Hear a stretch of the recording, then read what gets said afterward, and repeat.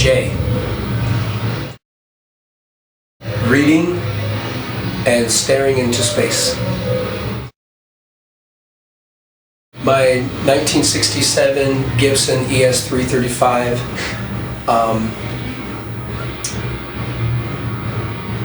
family, dogs, but really, assuming they're going to get out. Home cooked food. That's my favorite. For me, it's just that when I look at how the animals are treated, no respect for the life, anything, and I look at all of that and all of the fear and everything, well, if you go and then if you buy that hamburger, you're eating that meat that came from these animals that lived in fear and confusion and darkness and everything. You're putting negative energy into your body or into your children's bodies. So it was really that. Maybe one day when things slowed down, when I was a kid, we would raise our own beef. We were poor, but we would, try to save money by raising our own livestock. We'd have to do it ourselves. You have karma, but also because of the meat industry. Personally, I don't feel that eating meat in of itself is a really bad thing. But you should kill the animal yourself. You should be thankful, maybe say a prayer. I think I could listen to Van Morrison any day. I could listen to Joni Mitchell or Leonard Cohen any day, Bob Dylan any day, Ladysmith Black Mambazo, or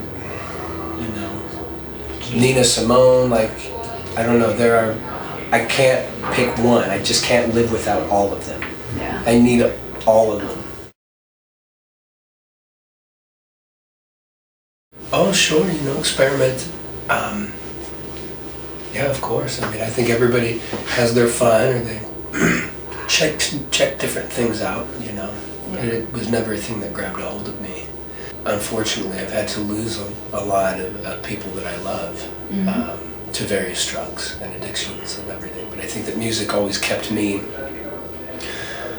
It gave me a purpose, and I knew that I couldn't go too far in any direction. Musicians will get hooked on drugs because they think that it's going to do something for their art, Yeah. But the real creative doesn't need his mind altered, I'm saying this as I'm drinking a beer. Yeah. But the real creative doesn't really need that, because life in itself is so odd on its own.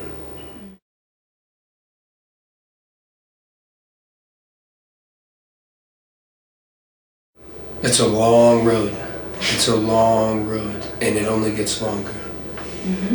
Luck, surrounding yourself with the right people, great management, building a good team so that you can have good opportunities, writing good songs, being extremely hard on yourself. You have to do your best, and you have to practice. I think the number one thing is work ethic, aside from any talent that we would possess. Work every day, write music every day, make phone calls every day, every day. I've always done that, but I never realized until with this band, when we started touring so much, I never had any idea how much work doing this actually is, or that the trade of to go out and play for audiences every day. You have to not sleep very much, so you give up your sleep. You don't see family, and you get homesick, all of that stuff. But I think work ethic is extremely important for musicians to have.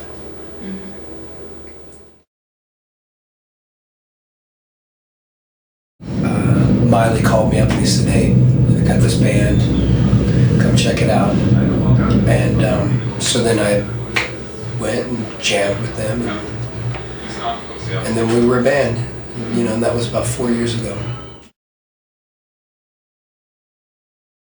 There's a song that we have that's called Soul, and that's fun to sing for me because it's a message-driven song. And it's about self-preservation and not giving yourself away.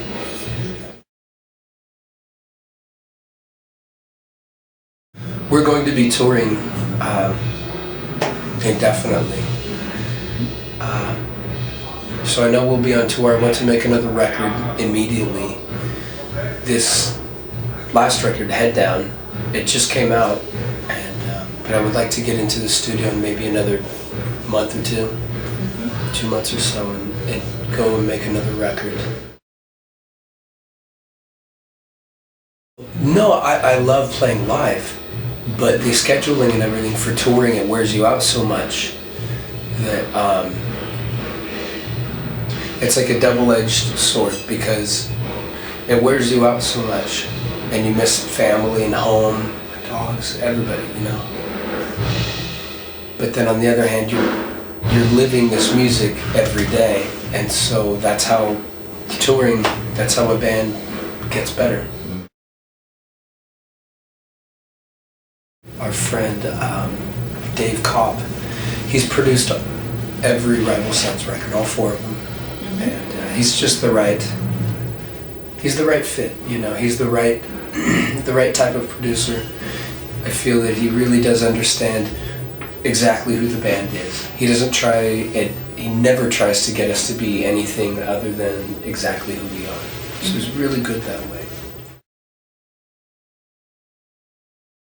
He was based in LA for a while, and this last year he moved and built a studio in Nashville, Tennessee. So now he's based in Nashville, and that's where we went over there to record the record. People ask us that a lot. They go, "Oh, so you recorded this record in Nashville? There's so much rich musical history, and you know, how did that influence the record?" Man, look, we give ourselves like 3 weeks. We go in with no songs, and we have to write and record, mix, like do everything within 3 weeks. There's no time to do anything. We're dry in the morning. We wake up in our cottage. We drive to the studio, and then we're there all day up until the night, until we're totally exhausted, and then we leave the studio and we drive back to the cottage and we go to bed. One of the things that I like most about Dave is that, for me, I'm more of like a singer-songwriter type of guy, or like soul music. Like I tend to have another band aside from this one, and it's more like Van Morrison, you know, romantic soul and blues music, and really artsy. And working with Dave always reminds me, "No, Jay, this is a rock and roll band. Don't forget, it's a rock and roll band, and you're making a rock and roll record." "Oh yeah, okay." Because I'll come in with this far on stuff. He'll go, "Yeah, that's great, but why would you guys do a song like that?" But yeah, he's a great sounding board, you know, because he only gives us like 1 or 2 takes, and then that's it. Okay.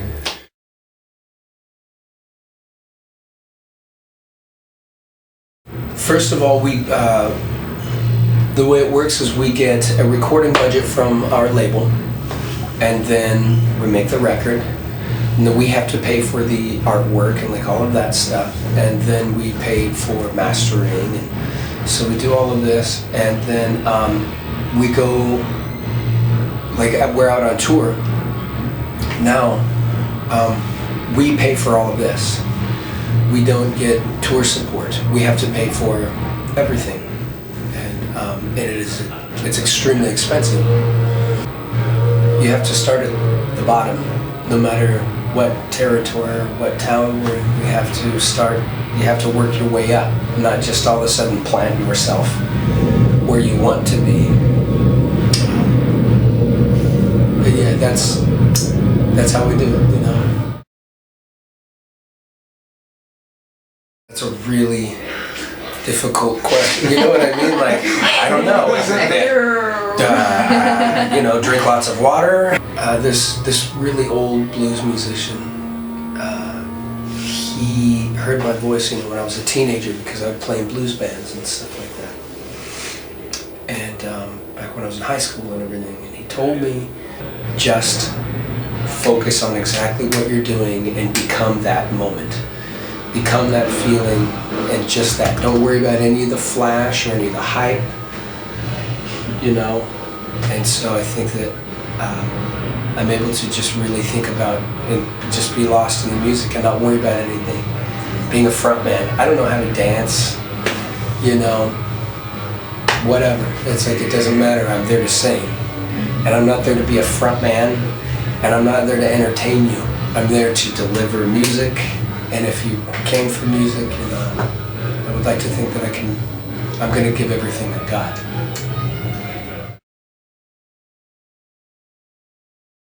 I want to go home and be normal for a week or two, you know, get some sleep and not see the guys in the band at all and not talk to them.